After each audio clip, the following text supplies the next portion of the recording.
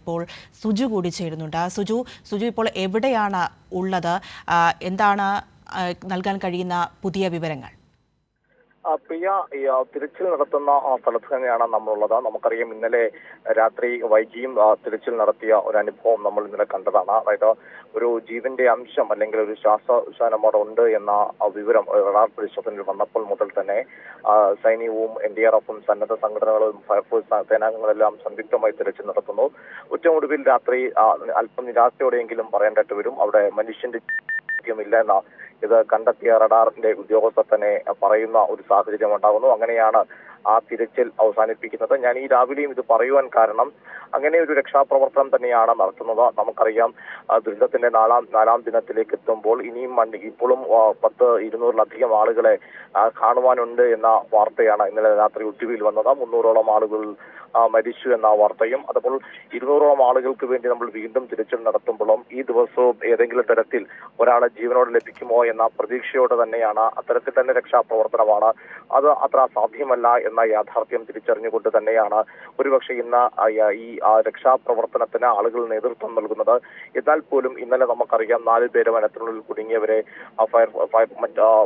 ഈ രക്ഷാദൌത്യത്തിൽ ഏർപ്പെട്ട ആളുകൾ രക്ഷപ്പെടുത്തുന്ന ഒരു നമുക്കറിയാം, ഇത്രയധികം ആളുകൾ മരിക്കുമ്പോൾ സങ്കട കടലായി നിൽക്കുന്ന സാഹചര്യത്തിൽ പോലും ചെറിയൊരു ആശ്വാസം നമുക്ക് ഇന്നലെ നൽകിയ ഒരു വാർത്ത തന്നെയായിരുന്നു അങ്ങനെ ആളുകളെ രക്ഷപ്പെടുത്താൻ സാധിച്ചത്. ഇന്നും അത്തരത്തിലെ നല്ല വാർത്തകൾ അല്ലെങ്കിൽ അത്തരത്തിലെ പ്രതീക്ഷ നൽകുന്ന അനുഭവങ്ങൾ ഉണ്ടാകട്ടെ എന്ന് മനസ്സിൽ വിചാരിച്ചുകൊണ്ട് തന്നെയായിരിക്കാം ഒരുപക്ഷെ ഇന്നും ഈ രക്ഷാപ്രവർത്തനത്തിനായി ഇറങ്ങുന്ന ഓരോ വ്യക്തിയും, ഇതിൽ സൈന്യമുണ്ട്, പോലീസുണ്ട്, ഫയർഫോഴ്സ് സേനാംഗങ്ങളുണ്ട്, NDRF ഉണ്ട്, വിവിധ വിഭാഗങ്ങളിൽപ്പെടുന്ന സേനയുടെ തന്നെ വിവിധ വിഭാഗങ്ങളിൽപ്പെടുന്ന ആളുകളുണ്ട്. K9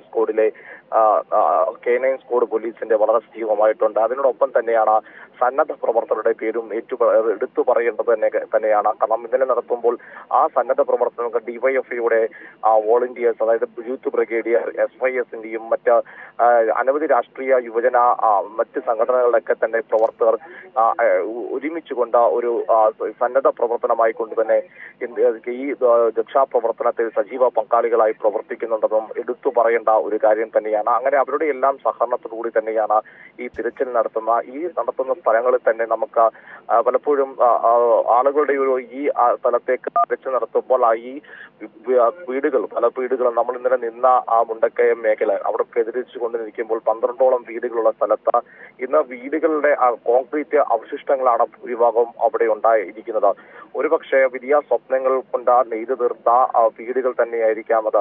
അതെല്ലാം അപ്പാടെ തകർന്ന് തരിപ്പണമാകുന്ന തരത്തിൽ വലിയ ഉരുൾപൊട്ടലുണ്ടാകുന്നു. ആ സ്ഥലത്തേക്കാണ് ഇന്നും നമ്മൾ ഉൾപ്പെടെയുള്ളവർ എത്തിച്ചേരേണ്ടതെന്ന വേദനാജനകമായ ഒരു കാര്യം തന്നെയാണ്. അങ്ങനെ ഒരു സ്ഥലത്ത് ഈ ആളുകളെ കണ്ടെത്തണമെങ്കിൽ അല്ലെങ്കിൽ ആരൊക്കെ അവിടെ ഉണ്ടാകാൻ സാധ്യതയുള്ളത്, ഇന്നലെ തന്നെ സർക്കാർ അതുമായി ബന്ധപ്പെട്ട് കാണാതാരുടെ കണക്കുകൾ കൃത്യമായി എടുത്തിട്ടുണ്ട്. അതിന്റെ കൂടി അടിസ്ഥാനത്തിലാണ് തിരച്ചിൽ നടത്തുന്നത്. ഈ സമയത്ത് പലപ്പോഴും ഈ ബന്ധുക്കളെ കൂടെ അവിടെ എത്തിച്ചെങ്കിൽ മാത്രമേ കൃത്യമായി പലപ്പോഴും വിവരങ്ങൾ ലഭ്യമാകത്തുള്ളൂ, എവിടേക്കാകാൻ ഉണ്ടാകാൻ സാധ്യതയുള്ളത്. അപ്പൊ അത്തരം കാര്യങ്ങൾ ആ ബന്ധുക്കളെത്തി അവിടെ രക്ഷാപ്രവർത്തനത്തിനോട് സൂചിപ്പിക്കുമ്പോൾ അവരെ പലപ്പോഴും സൈനിക ഉദ്യോഗസ്ഥർ ഉൾപ്പെടെ തോളത്ത് തട്ടി ആശ്വസിപ്പിക്കുന്ന ഒരു കാഴ്ചയുമുണ്ട്. അങ്ങനെ ളുടെ ഉറ്റവരെയും മുടിയവരെയും നഷ്ടമായെന്ന് മാത്രമല്ല, ഇനി അവർക്കായി 4ാം ദിനവും തിരച്ചിലിനായി എത്തുന്ന വളരെ ദയനീയമായ ഒരു സാഹചര്യം കൂടിയുണ്ട്.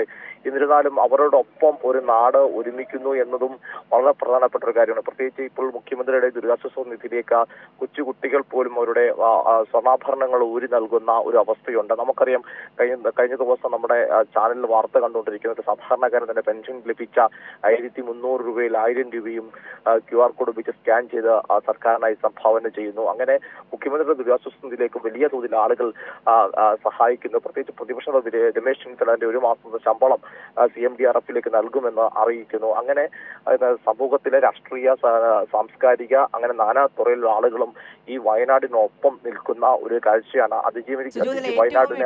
പറയുന്ന ഓരോ നിമിഷങ്ങളും അവിടെ നിന്നും വരുന്ന വാർത്തകൾ, വിവരങ്ങൾ ഓരോ നിമിഷവും നമ്മളെയൊക്കെയും ഇങ്ങനെ ആകാംക്ഷയിൽ അല്ലെങ്കിൽ എന്താണ് എന്തെങ്കിലും ഒരു പ്രതീക്ഷയുടെ മുൻപ് എവിടെയെങ്കിലും ഉണ്ടോ എന്ന് കാത്തിരിപ്പിക്കുന്ന തരത്തിലാണ് വന്നുകൊണ്ടിരിക്കുന്നത്. എന്തിനു പറയുന്നു, ഇന്നലെ വൈകിട്ട് പോലും ആ കണ്ട കാര്യങ്ങൾ, ഒരു ശ്വാസ സാന്നിധ്യമുണ്ട് എന്ന് അറിഞ്ഞുടനെ അവിടെ നടത്തുന്ന പരിശോധന, അതിൽ റഡാർ പരിശോധനയിൽ സിഗ്നൽ ലഭിക്കുന്നു, പിന്നീട് അത് നീണ്ട് പോകുന്നു. എന്തിന് അതിൽ പരിശോധന തുടരാനുള്ള മുഖ്യമന്ത്രിയുടെ നിർദ്ദേശപ്രകാരമുള്ള കാര്യങ്ങളുടെ ഭാഗമായിട്ട് ശക്തമായ രീതിയിൽ ആ നടപടികൾ രാത്രി വരെയും മുൻപോട്ട് പോകുന്ന കാര്യങ്ങളും അതിൻ്റെ രീതികളും ഒക്കെ നമ്മൾ കണ്ടതാണ്. എത്രത്തോളം ആത്മാർത്ഥമായിട്ടാണ് അവിടെ നിൽക്കുന്ന ഓരോരുത്തരും ഈ ജീവന് വേണ്ടി അല്ലെങ്കിൽ ജീവന്റെ സാന്നിധ്യം കണ്ടെത്താനായി ശ്രമിച്ചുകൊണ്ടിരിക്കുന്നത് എന്നതിൻ്റെ ഏറ്റവും ഒടുവിലത്തെ ഉദാഹരണമാണ് ഇന്നലെയും നമ്മൾ കണ്ടത്. ഇന്നും അതിൻ്റെ ഭാഗമായിട്ട് വിവിധ മേഖലകളിൽ റഡാർ പരിശോധന ശക്തമായി തുടരാനുള്ള തീരുമാനത്തിലേക്ക് കാര്യങ്ങൾ എത്തിയതുപോലും ഏറ്റവും അഭിനന്ദനം നൽകുന്ന കാര്യമാണ്. അതിൽ ഇടപെട്ടുള്ള എല്ലാവരും, അത് അധികൃതർ ഉൾപ്പെടെയുള്ള ആളുകൾ എല്ലാവരും, സർക്കാരിൻ്റെ ഇടപെടൽ എല്ലാം എടുത്തു പറയേണ്ട പ്രധാനപ്പെട്ട വസ്തുതകളാണ്. ഇന്നലെ ഒരു 4 മണിയോട് കൂടിയാണ് റഡാർ പരിശോധനയിൽ ഒരാളുടെ ജീവന്റെ തുടിപ്പടെ ഉണ്ടാകാൻ സാധ്യതയുണ്ടെന്ന് കണ്ടെത്തുന്നത്.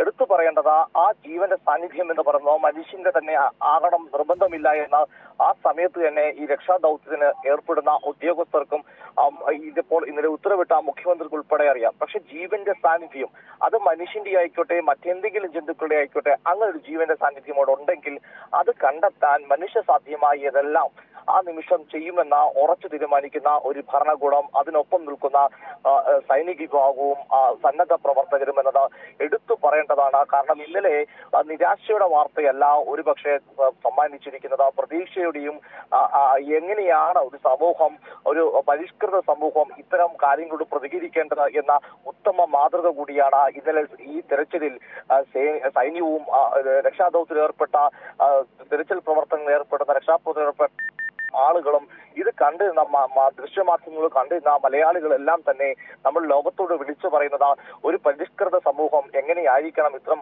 ദുരിതമുഖങ്ങളിൽ ഇടപെടേണ്ടത് എന്ന് തന്നെയാണ്. അതാണ് നമുക്ക് ഇന്നലെ വയനാട് മുണ്ടക്കയിൽ കാണാൻ സാധിച്ചത്. ജീവന്റെ തുടിപ്പ് എന്ന് മാത്രമാണ് ആ റഡാർ സംവിധാനത്തിന്റെ ഉദ്യോഗസ്ഥർ പറഞ്ഞത്. അവർ പറഞ്ഞ അടിസ്ഥാനത്തിൽ തന്നെയാണ് ഏറ്റവും ഒടുവിൽ തിരിച്ചൽ അവസാനിപ്പിക്കുമ്പോൾ റഡാർ ഉദ്യോഗസ്ഥരോട്, അത് ഗോദ്രേജിന്റെ സ്വകാര്യ കമ്പനിയുടെയാണ്, അവരുടെ വരവും വളരെ നമുക്കൊരു മനുഷിക പരിഗണനയുടെ അടിസ്ഥാനത്തിൽ അവർ വന്ന എസ് പിയുടെ അനുവാദത്തോടുകൂടിയാണ് ഈ സ്ഥലത്തെത്തി അവർ റഡാർ പരിശോധന നടത്തുന്നത്. റവന്യൂ മന്ത്രി കെ രാജൻ നേരത്തെ തന്നെ വ്യക്തമാക്കിയിരുന്നു ശാസ്ത്രീയ പരിശോധനാ മാർഗങ്ങളും ഇതിൽ അവലംബിക്കുമെന്ന്. അങ്ങനെ ശാസ്ത്രീയ പരിശോധന കിട്ടിയ ഒരു തെളിവ്, ആ തെളിവിനെ വെറുതെ വിടുകയല്ല, അല്ലെങ്കിൽ അവിടെ കാണില്ല.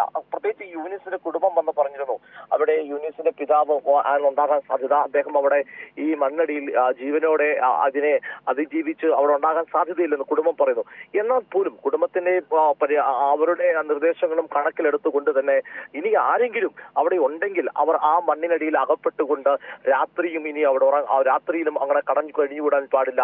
ഈ രാത്രി തന്നെ അതിന് വിളിച്ച സംവിധാനങ്ങളൊക്കെ എത്തുന്നതിന് മുമ്പ് തന്നെ ആദ്യം തന്നെ അവരുടെ കൈവശമുള്ള ടോർച്ചുകൾ, മാധ്യമ സ്ഥാപനങ്ങളുടെ ലൈറ്റുകളൊക്കെ ഉപയോഗിച്ചുകൊണ്ട് വളരെ വേഗത്തിൽ വീണ്ടും തിരച്ചിൽ ആരംഭിക്കുന്ന ഒരു കാഴ്ചയുണ്ട്. ഇത് നമുക്ക് കണ്ടെത്താൻ സാധിച്ചില്ല എന്നത് തീർച്ചയായിട്ടും അത് നിരവേദനയുണ്ട്. പക്ഷെ ഒരു അല്ലെങ്കിൽ അവിടെ മനുഷ്യ സാന്നിധ്യം ഇല്ല എന്ന ലാസ്റ്റിൽ റഡാർ ഉദ്യോഗസ്ഥർ പോലും വേദനയോടെ പറയുമ്പോൾ അതിനും നമുക്ക് വിഷമമുണ്ട്. പക്ഷെ ഒരു കാര്യം ഇതാണ് ഞാൻ പറഞ്ഞത്, ഒരു പരിഷ്കൃത സമൂഹമാണ്. അവിടെ ഇത്തരം ഒരു ദുരന്തമുഖത്ത് ഒരു ജീവനെങ്കിലും അവശേഷിക്കുന്നുണ്ടെങ്കിൽ അവരെ സുരക്ഷിതമായി തിരികെ എടുക്കാൻ വേണ്ടി ശ്രമിക്കുന്ന ഒരു ശ്രമമുണ്ട്. ആ ശ്രമത്തിന് നമുക്ക് എന്തായാലും അതിനുവേണ്ടി ശ്രമിച്ചവർക്കെല്ലാം ഒരു സല്യൂട്ട് തന്നെ നൽകേണ്ടിയിരിക്കുന്നു. അതിന് ഉത്തരവിട്ട ആ മുഖ്യമന്ത്രിക്കും അതിന് ഉത്തരവിട്ടപ്പോൾ ആ ഉത്തരവ് ശിരസാ വഹിച്ചുകൊണ്ട് കൃത്യമായി തന്നെ ആ പ്രവൃത്തി നടത്തിയ ആ ദൗത്യത്തിൽ ഏർപ്പെട്ട ആളുകൾക്കെല്ലാം തന്നെ വലിയ ഒരു സല്യൂട്ട് നമുക്ക് നൽകേണ്ടിട്ടുണ്ട്. ഈ ദുരന്തമുണ്ടായ ശേഷം നമുക്കറിയാം വളരെ ആയാസകരമായ ഒരു സാഹചര്യമായിരുന്നു.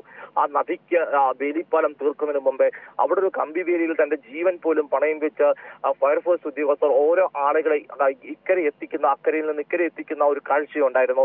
അതൊക്കെ തന്നെ സൂചിപ്പിക്കുന്ന രക്ഷാപ്രവർത്തനത്തിൽ ദൗത്യത്തിൽ എങ്ങനെയാണ് നമ്മുടെ സമൂഹം, നമ്മുടെ ഉദ്യോഗസ്ഥർ, ഫയർഫോഴ്സിന്റെ ഉദ്യോഗസ്ഥരൊക്കെ തന്നെ ഇടപെടുന്നു തന്നെയാണ്. ഇന്നും നമുക്കറിയാം ഇപ്പോൾ ഈ രാവിലെ മഴയില്ല, പക്ഷെ എപ്പോഴാണ് മഴ പെയ്യുന്നത്, എപ്പോൾ സാഹചര്യം പ്രതികൂല അവസ്ഥയുണ്ടാവും എന്നതൊക്കെ തന്നെ പഠിക്കാൻ അതിനൊക്കെ കാലാവസ്ഥ സംഭവിക്കുമോ എന്നൊന്നും അറിയില്ലെങ്കിൽ പോലും ഇതിനെപ്പറ്റി അത്തരം ചിന്തകളല്ല ഇപ്പോൾ ഈ രക്ഷാ പ്രവർത്തനം പൂർത്തീകരിക്കുക, ആ ഉറ്റവരും ഉടയവരെയും വേണ്ടി കാത്തിരിക്കുന്നവരുടെ മുമ്പിലേക്ക് ഏതെങ്കിലും തരത്തിൽ എന്തെങ്കിലും ഒരു ഉത്തരം, അതായത് ഏതെങ്കിലും തരത്തിൽ നല്ല കൃത്യമായ ഉത്തരം നമുക്ക് ഉത്തരം നൽകേണ്ടിട്ടുണ്ട്, അവരുടെ കണ്ണീർ ഒപ്പേണ്ടിട്ടുണ്ട്. ആ ഒരു ചിന്തയിൽ നൂറുകണക്കിന് സന്നദ്ധ പ്രവർത്തകരും NDRFന്റെയും സൈന്യത്തിന്റെയും ഫയർഫോഴ്സിന്റെയും ഒക്കെ ഭടന്മാർ അവർ വളരെ കൃത്യതയോടെ ആ ഒരു രക്ഷാ ദൗത്യത്തിൽ ഏർപ്പെടുന്ന കാഴ്ചയാണ് വയനാട് മുണ്ടക്കയിലും അതുപോലെ ചൂരൽമലയിലൊക്കെ കാണാൻ സാധിക്കുന്നത്. നമുക്കറിയാം ഈ നാട് തുടർച്ചയായ ദുരിതങ്ങളെ അനുഭവിക്കുന്നു, ഇത്തരം പ്രകൃതി ദുരിതങ്ങൾ ഉണ്ടാകുന്നു.